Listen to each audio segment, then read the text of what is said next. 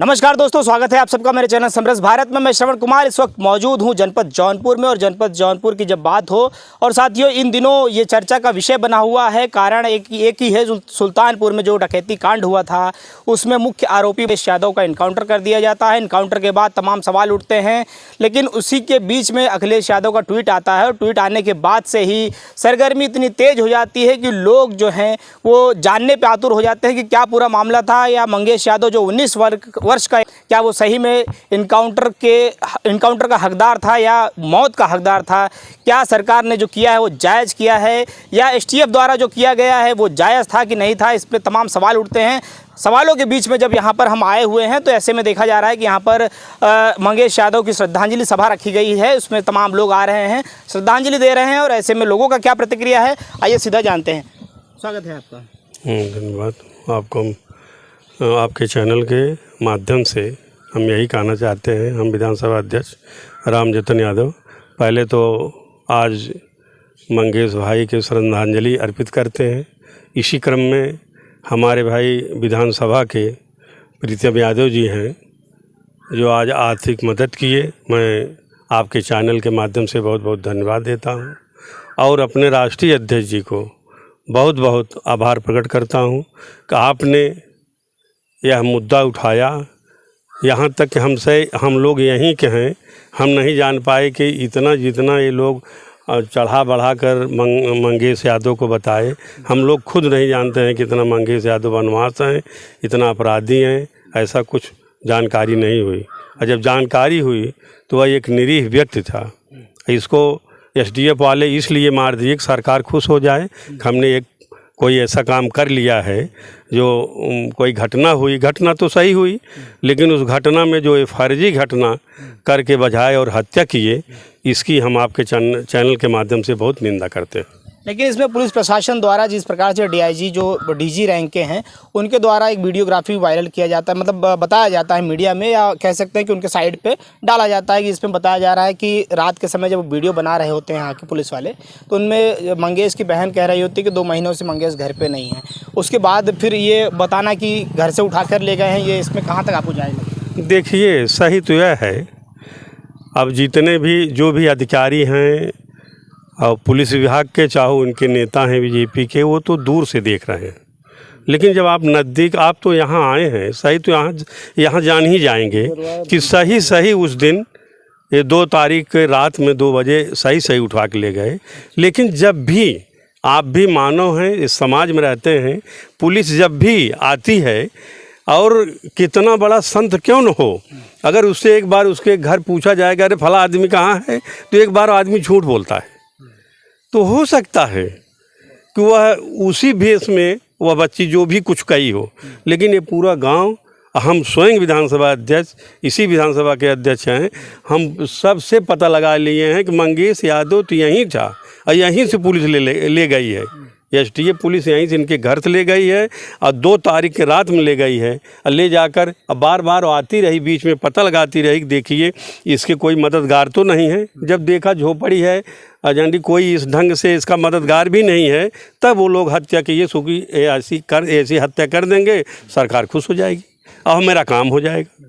अच्छा, ऐसे में जब आपकी ही सहयोगी रहे थे पहले ओम प्रकाश राजभर, उनका ये कहना है कि क्या जो अपराधी रहते हैं उनके ऊपर फूलों की वर्षा की जाए, आधार कार्ड देखकर क्या इनकाउंटर होना चाहिए, इस पे क्या कहें? अब ऐसा है कि वो कहावत भी है कि दूर की ढोल सुहावन, और जो दूर की बात होती है, जैसे इतने दूर की बात है कि ओम प्रकाश जी स्वयं नहीं जानते होंगे, शायद उनके अगल बगल की बात होती, क्षेत्र की बात होती, तो शायद यह पीड़ा जो हम लोग महसूस कर रहे हैं शायद वही उनको भी होती। तो हम लोग भी कहीं दूर की बात, जब आवाज़ आती है ऐसी हत्या करती हैं सरकार और पुलिसें, तो हम लोग भी ऐसे शायद बोलते हैं अनाप शनाप, लेकिन यहाँ वही अनाप शनाप बोल रहे हैं। अनाप शनाप जी।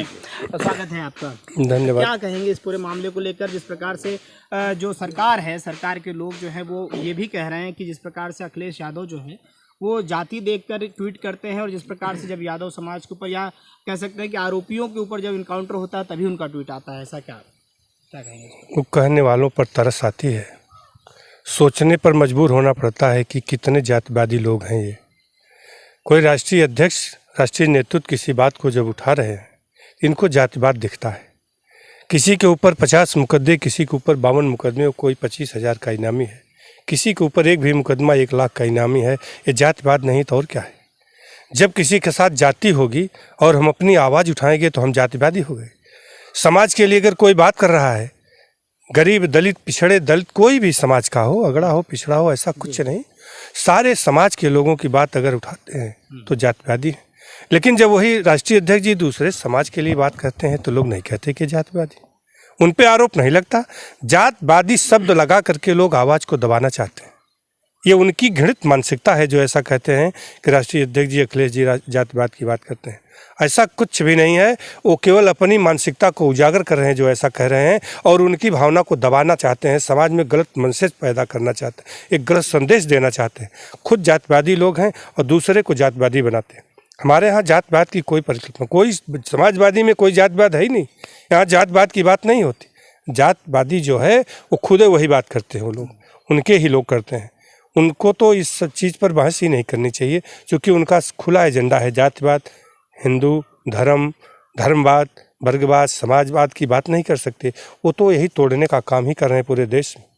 तो जैसे मोदी जी का, योगी जी का ये कहना है कि STF हो चाहे या तमाम संस्थाएं हैं वो जीरो टॉलरेंस पे काम कर रही है, मतलब बिना जाति धर्म निरपेक्ष के। देखा जा रहा है कि इनकाउंटर जो होते हैं सब इस प्रकार से किए जा रहे हैं, जो कि मौके पर जिस प्रकार से देखा जाता है उस प्रकार से पुलिस प्रशासन को पूरा छूट दी गई है कि किस प्रकार से कार्रवाई कर सके। तो ऐसे में आप क्या कहेंगे कि उनकी कार्रवाई की जो छूट उन्होंने दिया है, लगता है कि इशारों की कार्रवाई है। वो आँखों के इशारे से समझते हैं प्रशासन के लोग कि इनका इशारा क्या है, किस तरफ हमको कार्रवाई करनी है।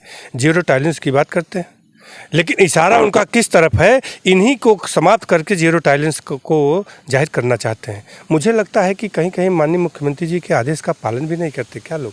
कहते कुछ हैं, करते कुछ हैं। शायद उनको भी लोगों ने गुमराह कर रखा है। उन्हें बताते कुछ हैं, करते कुछ हैं।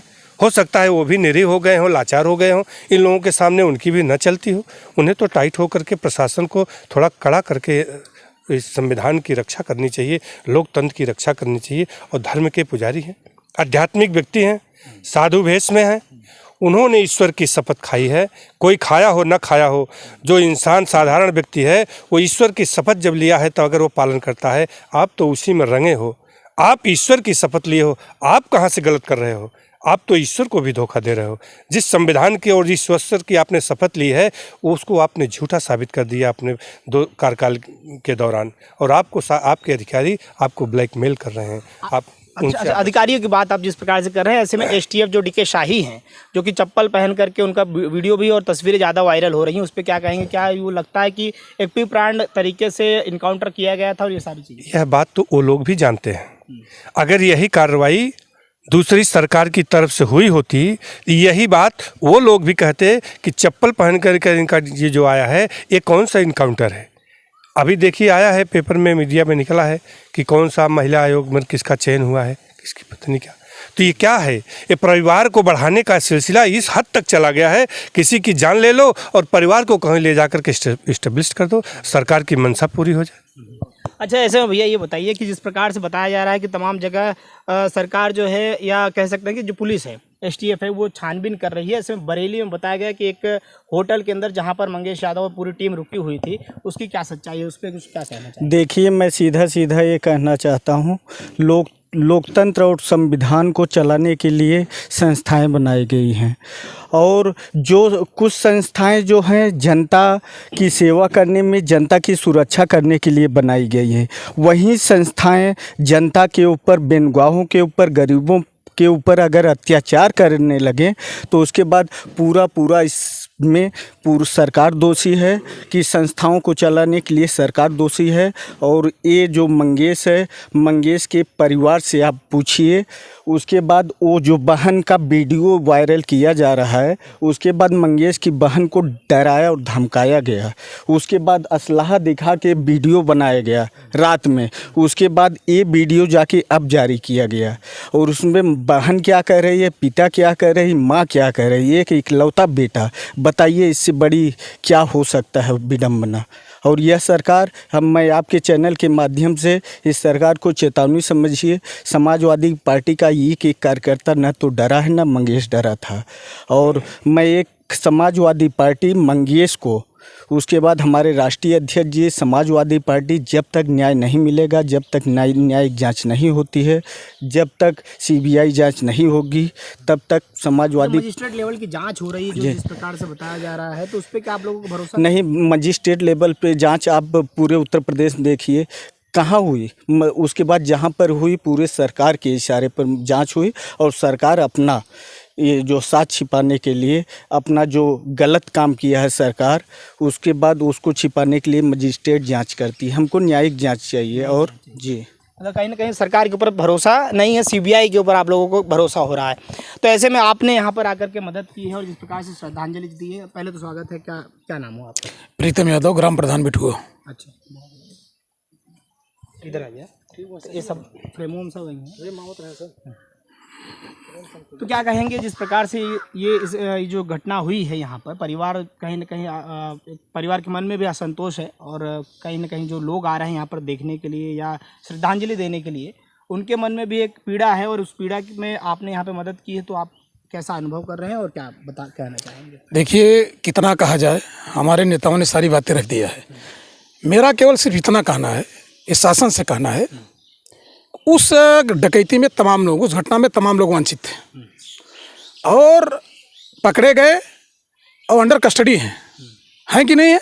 हैं। पैर में तो गोली मारी। सुनिए, तो अगर इतना बड़ा जुर्म था, उससे मैं भी वांछित था, इसको घर से उठाए ना, इसको भी पैर में गोली मारते, न्यायपालिका अपना काम करती।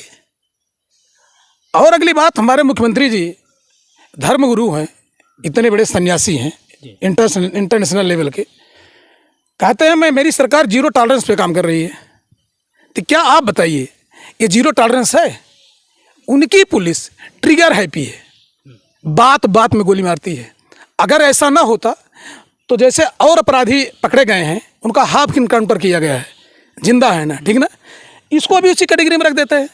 इसके बाद न्यायपालिका जो काम करती कि ना करती, जो सबके साथ होता, मैं मान लिया थोड़ी देर के लिए अगर वांछित था, तो जो सबके साथ की वो इसके भी साथ करना चाहिए था ना।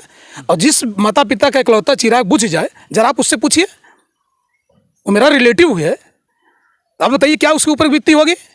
आर्थिक मदद करके क्या उससे मतलब निकलेगा? उसका बेटा थोड़ी वापस कर देंगे हम। लेकिन कुछ न कुछ आंसू पोसने का, संवेदना देने का कुछ न कुछ काम किया जा रहा है। इससे ज़्यादा और उसके बारे में क्या बोलें? हमारा सवाल सीधे सरकार से है। जीरो टॉलरेंस की बात आप करते हो और आपकी पुलिस ट्रिगर हैप्पी है कि नहीं? अगर ना होती तो शायद उसी कैटेगरी में भी रखा जाता जिस कैटेगरी में और अपराधी रखे गए हैं, उसका आपका इनकाउंटर होता। इसके बाद न्यायपालिका अपना काम करती। इससे ज़्यादा मैं क्या कहूँ? सरकार के लोगों का या सरकार का कहना है कि इसके पहले भी बहुत सारे जो, अगर जाति की बात करें तो ठाकुरों का भी बहुत सारा इनकाउंटर हुआ है, लेकिन उसके पहले या पंडितों का भी बहुत सारा, ब्राह्मणों का भी बहुत सारा इनकाउंटर हुआ है, लेकिन उस पर अखिलेश यादव का ट्वीट नहीं आता है। लेकिन जिस प्रकार इस पर मैं कुछ नहीं कहना चाहता, हमारे नेताओं ने अपनी बात रख दिया है। लेकिन मेरा इतना सवाल है मीडिया के माध्यम से माननीय मुख्यमंत्री जी के लिए, उन्होंने अगर ऐसा किया, अगर जीरो टॉलरेंस की बात करते हैं, उनकी पुलिस ट्रिगर हैप्पी है, जैसे और अधिकारियों का साथ हुआ अपराधियों के साथ, वही कार्रवाई इसके साथ होना था। इसके बाद न्यायपालिका जो निर्णय देती दे देती, बस इससे ज़्यादा मेरा कुछ नहीं कहना। न्यायपालिका जो निर्णय देना चाहती थी दे सकती थी, लेकिन उसके पहले इस प्रकार का इनकाउंटर होना कहीं ना कहीं संदेह के दायरे में सरकार के तमाम पुलिस अफसरान दायरे में आ रहे हैं, एसटीएफ के डीके शाही दायरे में आ रहे हैं। कहीं ना कहीं देखा जा रहा है कि प्रलोभन जिसे कहा जाता है, सरकार को लुभाने के लिए क्या ये गतिविधि की गई है एसटीएफ द्वारा। तमाम चीज़ें जो है यहाँ पर समाजवादी पार्टी के जो लोग यहाँ आ रहे हैं, नेता जो आ रहे हैं, तमाम बातें कर रहे हैं। अब बातों में कितना दम है, इसे आप कमेंट करके बताइए, और वीडियो आपको अच्छा लगा हो ज़्यादा से ज़्यादा शेयर करें। फिर मिलते हैं साथियों किसी नेक्स्ट वीडियो में। जय हिंद, जय भारत।